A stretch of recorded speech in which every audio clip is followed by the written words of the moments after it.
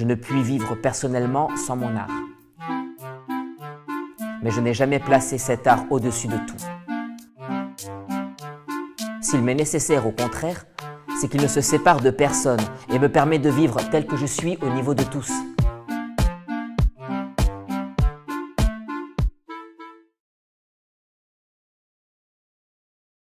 Le 19 mars 1944, Maria Casares et Albert Camus se rencontrèrent pour la première fois chez Michel Leiris. Albert Camus publiait L'Étranger chez Gallimard. À cette époque-là, il vivait seul à Paris, étant éloigné de sa femme Francine, qui vivait à Oran. Maria Casares, ancienne élève du conservatoire, n'a que 21 ans. Sensible au talent de l'actrice, il lui confie le rôle de Martha dans Malentendu en juin 1944. C'est le soir du débarquement qu'ils devinrent amants pour la première fois. Une grande histoire d'amour était en train de naître et allait durer jusqu'à la mort d'Albert Camus en 1960. Ma petite Maria, j'espérais te rencontrer maintenant en téléphonant chez toi, mais je n'ai pas ce temps. Alors, entre deux rendez-vous, je t'envoie ce mot. Il ne signifie rien naturellement, mais je suppose que tu le trouveras en rentrant ce soir, et qu'alors tu penseras à moi. Je suis fatigué. J'ai besoin de toi. Mais bien entendu, on ne peut pas se le dire comme ça. Il faudrait que tu sois contre moi. Bonne nuit, ma chérie. Dors beaucoup. Pense à moi très fort. Je t'embrasse jusqu'à demain. Assez.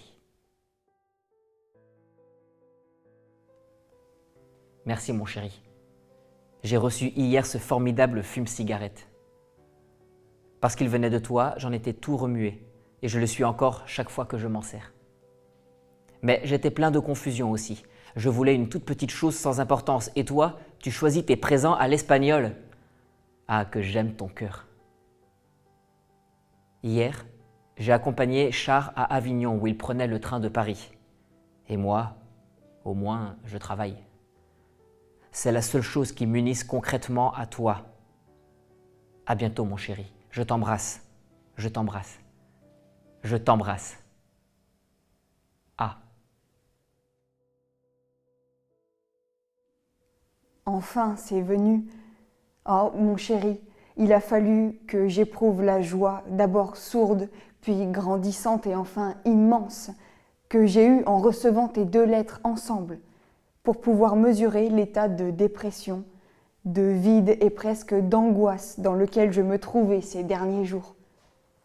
Oui, mon amour, sans tarder, aussitôt que je trouve une minute de paix, je t'écris sans hésitation. Cependant, je ne ferai pas ce que tu me demandes, entièrement, à moins que tu n'en aies réellement besoin. Si je t'écris lorsque l'envie m'en vient, tu recevras de moi une lettre au moins chaque jour. Et je n'en compte pas davantage parce que je sais que je ne suis seule et libre que le soir quand je me retire dans ma chambre. S'il n'en était pas ainsi, je t'écrirai sans arrêt.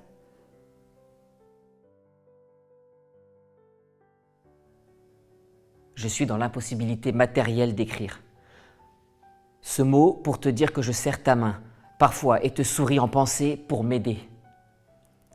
La composition « Monsieur Deeds » est au point, mais je suis fatigué et j'ai hâte de repartir. Ce pays est pourtant impressionnant, mais le prix Nobel m'en sépare. Le soir, la ville est rose et blanche dans la nuit. À mardi. Je t'embrasse à faire fondre toute la neige de Suède. Ah. Quand j'ai reçu ton télégramme, il faisait -10 et d'un coup, les tropiques.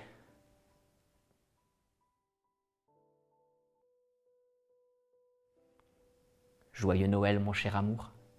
Je ne pourrai te téléphoner sans doute, mais si j'ai un moment de solitude, je le ferai. Sois belle et heureuse avec le beau visage illuminé que j'aime. Essaie de m'écrire encore une fois pour que le retour ne soit pas trop difficile à attendre. Je t'embrasse, déjà tout joyeux de te revoir. Merci, mon cher prince, de toutes tes attentions et de toutes tes bontés. Tonton a eu une robe de chambre de 5000 francs que je lui ai achetée en ton nom avant de recevoir le chèque qui lui était adressé. Je lui ai donc remis le cadeau, les 15 000 francs qui en restaient et ta lettre. J'espère que j'ai bien fait. Quant à moi, je me dandine dans mon ciré. Il a coûté avec le chapeau 30 000 francs. Je n'ai pas oublié nos conventions, mais je pensais que l'on pouvait attendre ton retour pour fêter la nouvelle année et le nouveau franc et pour échanger nos présents. Je t'attends. Je t'attends, ronde et souriante, la cuisse alourdie par l'absence des planches. Et en attendant, je t'embrasse à en perdre haleine.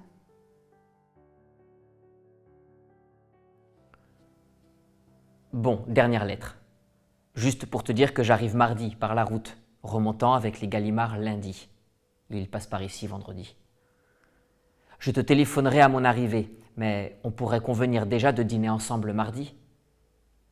À bientôt, ma superbe. Je suis si content à l'idée de te revoir que je ris en écrivant.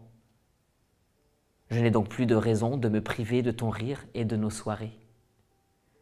Je t'embrasse, je te serre contre moi jusqu'à mardi où je recommencerai.